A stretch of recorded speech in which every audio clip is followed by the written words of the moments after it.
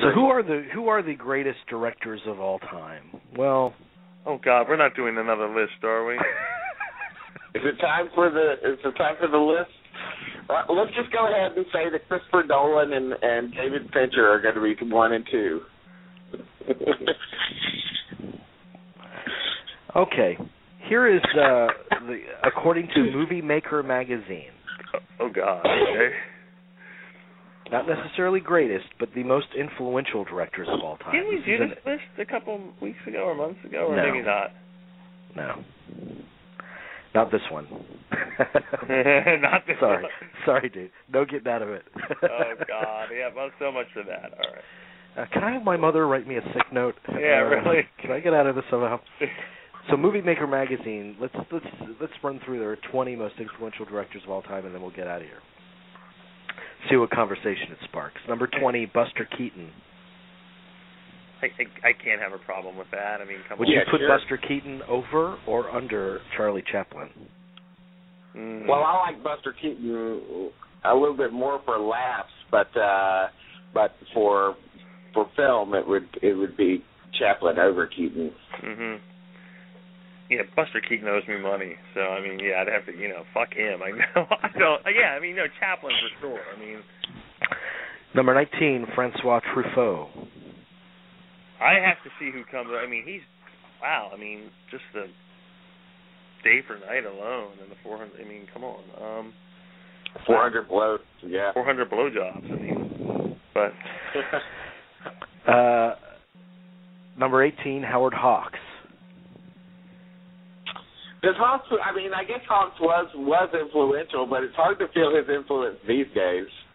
I mean, you see it in the 70s directors. You see it obviously in Coppola and even De Palma with you can't not be influenced by Howard Hawks and remake Scarface. But you can't make also. But you don't see it. Unfortunately, where you don't see it is we don't have many comedy of manners anymore. So we don't really we unfortunately don't see as the witty dialogue that he had in his films. Yeah, it's been replaced by physical comedy and like pratfalls and gross outs. Yeah. More. Yeah. Yeah. Number 17, Coppola. Okay. Yeah. Yeah, I can't argue with these. I just have to see who's coming up on the list. 16, Jean Renoir. I've always been sort of blah on Jean Renoir. I know that's Jean Renoir. Well, I mean, I can't land on him. I mean, if I'm not mistaken, Beauty and the Beast, right? What now? Yeah, wasn't... No, that's Jean Cocteau. I'm sorry. That's Cocteau. I'm sorry. Well, wait. So we're talking about that was the guy that was an oceanographer. Oh, Rules of the Game. You don't think Rules of the Game? I find Rules of the Game incredibly dull. I have tried to get through it 3 times, and I mean I've gotten through it 3 times, but it just never engages me. I don't get what everybody loves about that film. Well, I mean, it's the end of the way of life. I mean, if you talk about influential, though, I mean, you'll see a lot of the big filmmakers, the ones that influence today's filmmakers, citing Rules of the Game as one of the best. I mean, it's just, oh my God. I mean, it's very sad. That's, I mean, really, like a tearjerker. I'm sorry. I mean. Grand Illusion is good, but Grand Illusion's awesome. I mean, Grand Illusion is just magnificent, but oh God, both of them. I mean, that was a great double bill, and we saw that a long time ago. Outside of those 2 movies, name another Jean Renoir movie without going to the internet. One of Scorsese's favorite movies. Mike Colvin. I just made that up, dude. Mike Colvin. Jean Renoir is Mike Colvin. All right, is Marcel Carney on this list by any chance? Not on this. Well, let him get through it. Number 15, Billy Wilder. Yeah, he has to be. Yes, absolutely. He definitely has to be on this fucking list. I mean, come on. Really, like a jack of all trades. Yeah. Of all genres. 14, Cassavetes. Yeah. Yes. Yeah. I mean, just the whole indie movement is because of him, really. So Number 13, Ingmar Bergman. Mhm. Yeah, absolutely.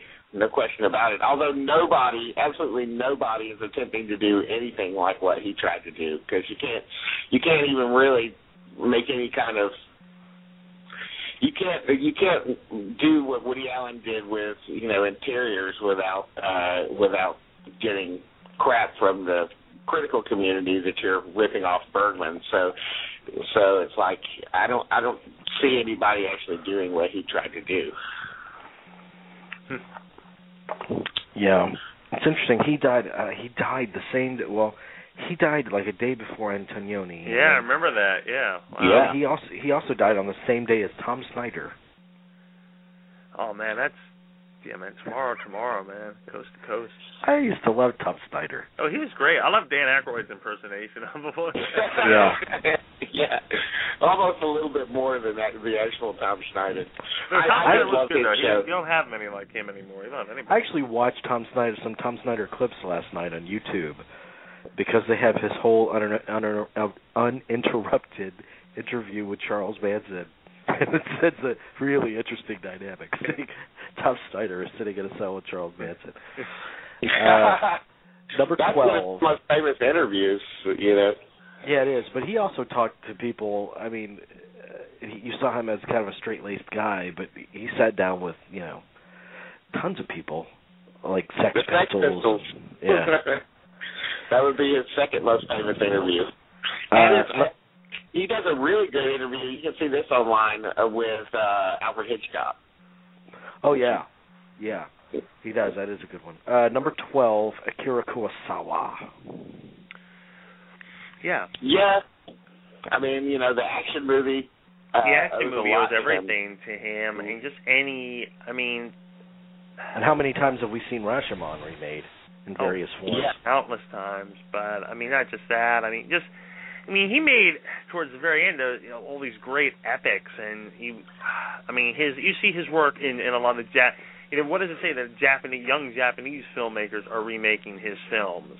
There was a remake of The Seven Samurai. There's obviously Takashi Miike's 13 Assassins, which owes a lot to The Seven Samurai as well. And it's just his influence is still felt. It's felt in Tarantino. It's felt everywhere. In Scorsese, for that matter, and Coppola, for that matter. It's always going to be felt. And they all adored him. And well, number 11 on this list is Martin Scorsese. Yeah. Number 11. But I got to see who they're putting up in front of these guys, though. Number 10 is Steven Spielberg. J.J. Abrams loves him. No question about this. Number 9 is Federico Fellini. Yeah, awesome filmmaker, but where do we see his influence? That's what I got to ask. I love him. I love all these guys, but where would Fellini's influence be? I guess we see his influence in the other filmmakers that are further down on this list. Okay, that's what we got to see. And certainly you have to say that Fellini influenced people like Fosse and even Woody Allen. Mm-hmm. Oh, definitely. I would see Woody Allen definitely of all directors. You would see obviously Bergman and Fellini and Wilder for that matter. But yeah, I don't know where I would see these days it's not. Fellini's ghost isn't raised there up is in one. movies too. You know who you see Fellini in all seriousness is Pedro. Oh yeah, you're right. You see him in Voltaire, you see it in Voltaire, you see it in Broken Embraces, you see it in Talk to Me. You actually do see a lot of Fellini in him. As far as the contemporary American filmmakers, though, I don't see a lot of Fellini, though. Yeah. Number 8, Charlie Chaplin. Yes, obviously. Mm-hmm. Number 7, Eisenstein.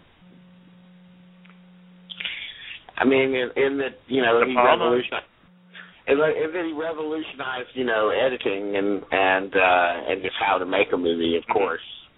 See, this isn't an easy list like Chris Nolan and It's interesting you bring that up, Eisenstein, because I've never seen it, but the Russians just recently remade Alexander Nevsky. And I'm curious to see that, because I've watched Alexander Nevsky countless times. But you see, in a movie like Mongol that came out a couple of years ago, you do see Alexander Nevsky's influence. You know what other movie you see Alexander Nevsky was a huge influence is John Milius's Conan the Barbarian owes so much to Alexander Nevsky in the battle scenes, I think. So. Well, they do say with Eisenstein, it is all in the editing, and they said mostly with the Odessa Steppe sequence, obviously, which is one of the most famous pieces of film. Right. Their number 6 is Stanley Kubrick. Yep, obviously. Obviously. Although, again, no one can replicate what he does, but a lot of this influence is that's reflected on this list is really just influence in that they made movies that influenced other people to make their own movies. And so, I mean, but they haven't. A lot of these directors haven't been, stolen from a whole lot. I don't think because. But they cite something like his work could be horrifying one moment and kind of bitingly funny the next. Right. Well, and it is kind of like a point of view that he had, where you didn't know quite how to feel moment to moment about what you were seeing. It wasn't easy. Well, wouldn't you say then in something like Funny Games that Michael Haneke has that influence with something like Tarantino? Also has an influence. It's hard to tell who Tarantino is not influenced by. Really, that's a very good question. And where you sometimes think he is influenced, it's you go back and you look at the films he likes, and you're like, wow, he really wasn't influenced by. And you see him put all of his influences into a blender, really. Yeah, he really does. He does. But you know who else is influenced by Kubrick? And very recently is Brian De Palma. In Redacted, there's a lot of things that remind me in Redacted from Paths of Glory. A lot of the way the shots are framed and everything, and it was very reminiscent of Paths of Glory. So even though he's the music comes from Barry Lyndon. Yeah. So I think that's an interesting influence that a lot of people when they're. I'm not crazy about Redacted either, but I think there's still a lot to talk about with it. And there's definitely the influence of where he was influenced, what he is taken. I mean, let's look at something like Coppola. He was, for The Godfather 3, there are things taken from The Man Who Knew Too Much and The Conformist. There are things. So I think it's very interesting when we talk about these master filmmakers influenced by even greater masters. So John Ford is number 5. Yeah, he has to be on there. I mean, come on. The Searchers, alone. The Door Shot, alone. The Long Shot, the Sweeping Epics. Yeah, I mean, it's just, It's funny, I saw on the site In Contention, they were, or maybe it was Awards Daily, Sasha Stone's site, Ryan Adams on there. You're fading in and out, dude. Ryan Adams just recently put up his 50 greatest movies of the 50s, and he left The Searchers off of it because he admitted that he could not put it in there because the racism in it made him feel weird. And he said he knew that it was an important movie, and he knew that the shot at the end was great and everything, but it was just he said I'm not really into westerns until the racism gets cut out of them, in the 60s or so, until they become revisionist westerns. And that's the way I think a lot of people think about westerns now. They just can't go back and watch those old westerns because they feel dirty after they watch them. Which I think is unfortunate. But Just wanted to throw that comment. By the way, I wanted to mention 3 directors that are really influenced by Kubrick. I was waiting for a moment to get in there. Mark Romanek, who did 1 Hour Photo and Never Let Me Go, feels very Kubrickian to me. Also, Keith Gordon, who's we've had on the show before. Yeah. His movies from the 90s are obviously Kubrick influenced. Mother Night.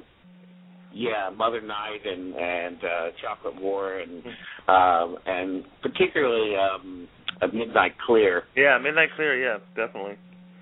And then Nicholas Winding Refn, I think is how you say his last name. I still don't know how to really say it, but he, with things like with Bronson in particular, feels very Kubrickian. I was thinking about that earlier. So Kubrick does have his influence. Oh yeah. Jean-Luc Godard is number 4. Tarantino, with obviously, but his influence is all over the place. Yeah, although nobody tries to do what he does, so and then they all do. I mean, they don't try, they do it. I mean, he kind of instituted the jump cut. I mean, that's done in tons of movies. But I mean, they're not putting titles up in between scenes and stuff like that. Well, they're not all as wacky as he is, but no, I mean. And then honestly, most people couldn't tell you more than 3 Godard movies. But the whole kind of free, experimental spirit of filmmaking. I mean, he discovered a lot of innovations in that are followed today, whether they know it or not. Yeah. Yeah. Okay. Number 3 is Orson Welles. Interesting. That's good. I mean, Citizen Kane. Now, just as the films he directed, or?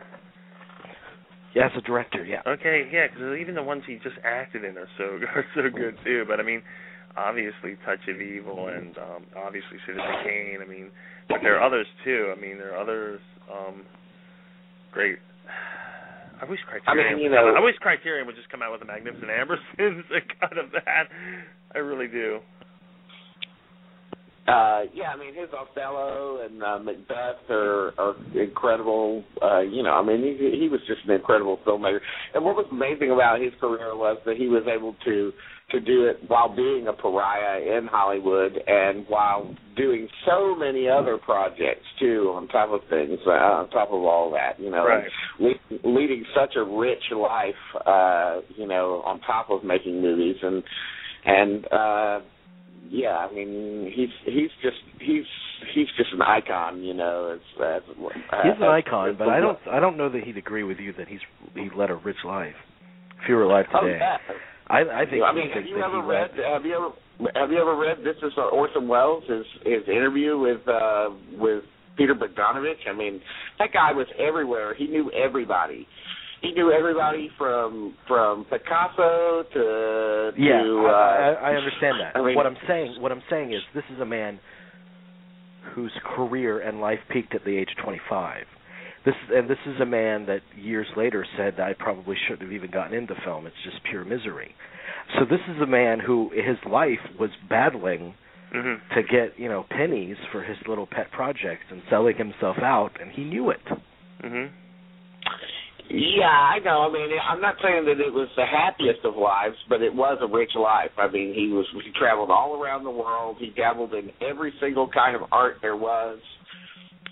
He knew all the great people, and to me, that's a rich life. Yeah, I know what you mean. Okay. Yeah. Number 2 is D.W. Griffith. Yeah, can't argue with that. Yeah, I can't argue with that. I'm not even going to try to argue with that. I mean, what, is Hitchcock not on this list? Okay. Number 1 is Alfred Hitchcock. Number 1 is Alfred Hitchcock. All right. Yeah, I can't argue with any of these. This is actually a very insightful list. I really can't disagree with any of this. Okay, good.